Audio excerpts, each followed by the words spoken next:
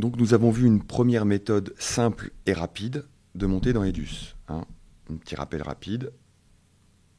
Je place mes éléments directement par cliquer déposer du chutier sur la timeline. Je peux couper mes éléments, mes clips en deux en cliquant sur le bouton ajouter un point de coupure. Voilà. Sélectionner un des deux morceaux, le supprimer et le resynchroniser. Et lorsque le bouton resynchro en haut à gauche de la timeline est activé, avec les touches M et N et en utilisant le point de curseur comme repère, couper la fin ou le début d'un clip. Donc là, je vais couper la fin, M, le clip suivant, je déplace mon curseur de lecture, du début au curseur de lecture, N, et ainsi de suite. Donc là, c'est vrai que c'est une façon de fonctionner. Alors, il y a beaucoup de façons de faire avec Edus. Donc là, je vais essayer de faire un tour rapide de celle-ci. Alors, la version classique. Donc je double-clique sur un clip. Voilà. Le clip se place dans le moniteur source. On voit PLR, le player. Ici, je peux le lire. Et je vais y mettre un point d'entrée et un point de sortie avant de le placer sur la timeline. Voilà. C'est-à-dire que là, en fait, tout de suite, avant de le placer, je définis une durée au clip. Ici, différentes méthodes. Soit je l'insère, soit je le remplace. Si la timeline ne comprend aucun point d'entrée, aucun point de sortie, c'est le curseur de lecture qui sert de repère. Je retourne sur le PLR, je clique sur Insérer. Il a inséré le point d'entrée du clip à l'endroit où était le curseur de lecture. Donc là, on peut faire et ainsi de suite. Donc, point d'entrée, je clique sur point d'entrée, point de sortie, je clique, hop, et j'envoie. Voilà. On a aussi la possibilité d'utiliser des points d'entrée et des points de sortie sur la timeline. Par exemple, ici, je mets un point d'entrée sur la timeline, d'accord. Donc je vais mettre exprès le curseur de lecture ailleurs. Je double-clique sur un clip dans le chutier qui le charge dans la source. Ici, je mets un point d'entrée et un point de sortie. Et lorsque je vais insérer, il l'a bien inséré à l'endroit où était le point d'entrée de la timeline. Je me mets sur ma timeline, je mets un point d'entrée. Ensuite, je charge mon clip dans la source. Alors on peut le charger avant et mettre le point d'entrée après. Le seul truc, c'est que il faut faire attention, lorsqu'on revient sur la timeline, lui automatiquement, le moniteur passe sur la timeline. Donc là, il faut revenir sur le player, cliquant sur le bouton en haut à gauche.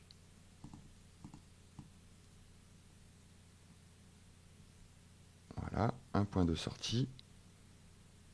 Et j'envoie. Alors maintenant, la différence entre insérer ou remplacer.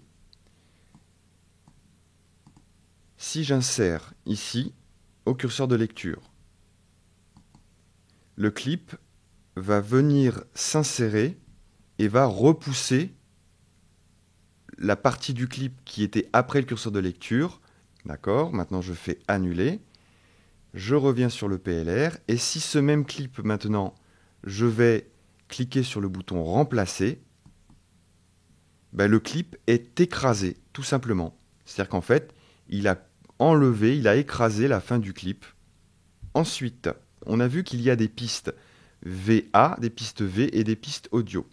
Donc là, pour l'instant, on a vu simplement le fait qu'il envoyait sur la piste 1VA. Mais ça, vous pouvez le changer.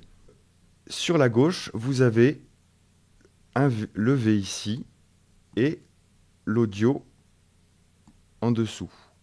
Donc, vous avez la possibilité de dire, mais oui, mais moi la vidéo, je veux que tu me l'envoies sur la piste 2 et l'audio, tu me l'envoies sur la piste 1A en stéréo. Donc là, maintenant, si je fais la même manip, on voit qu'il a envoyé indépendamment la vidéo d'une part de V et l'audio sur la piste 1A. On peut aussi lui demander de distinguer les canaux audio. Donc, en faisant clic droit sur le bouton A1, 2, ici, on peut lui demander de passer en mono en décochant canal source audio. Voilà. Donc là, on voit maintenant qu'on a deux boutons A1, A2. Donc là, c'est pareil, les deux sont indépendants. Donc de la même façon, je recharge dans ma source et j'envoie. Et là, on a effectivement la vidéo qui a été se mettre sur la piste vidéo, le canal 1 sur la piste 1A, le canal 2 sur la piste 3A. Voilà. Donc, on va refaire la manip. Donc là, cette fois-ci, je veux que la vidéo aille sur la piste 1 VA et le canal 2 sur la piste 2. Mon point d'entrée et mon point de sortie. Et j'envoie. Alors maintenant, effectivement, c'est important. Cela me permet de dire, voilà, si maintenant je veux insérer une vidéo au-dessus de celle-ci. Donc là, très simple, je vais glisser le bouton V sur la piste 2V. Par contre, il va me falloir faire attention à l'audio. Est-ce que je veux l'audio ou est-ce que je ne le veux pas? Ou je peux simplement lui demander de le mettre sur la piste 3 et 4. Voilà. Et là, je vais le remplacer, cliquer sur remplacer. Voilà rapidement les différentes façons de monter avec Edus. Alors, par rapport aussi à la timeline, j'aimerais revenir sur les différents modes que nous avons pu voir. Comme nous avons ici les différents modes insérer ou remplacer, nous pouvons demander à Edus de travailler de cette façon-là avec la timeline directement. Nous avons le mode insert et le mode assemble. Donc insert et remplacer ici. Le mode resynchro, on a eu un léger aperçu tout à l'heure. C'est important de savoir jongler avec parce que y a des moments où il est vraiment très pratique et d'autres moments où il faut le désactiver clairement. Hein, donc là,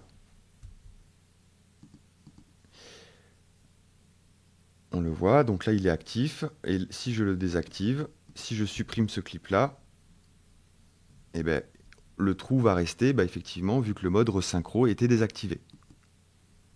Hein, à noter que je fais supprimer avec le clavier.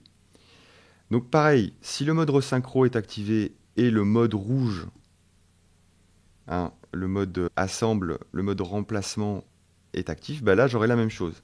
Parce que le mode rouge prend la priorité. C'est-à-dire qu'en fait, le mode rouge, c'est je ne bouge pas, je ne bouge rien, je ne fais que écraser les choses.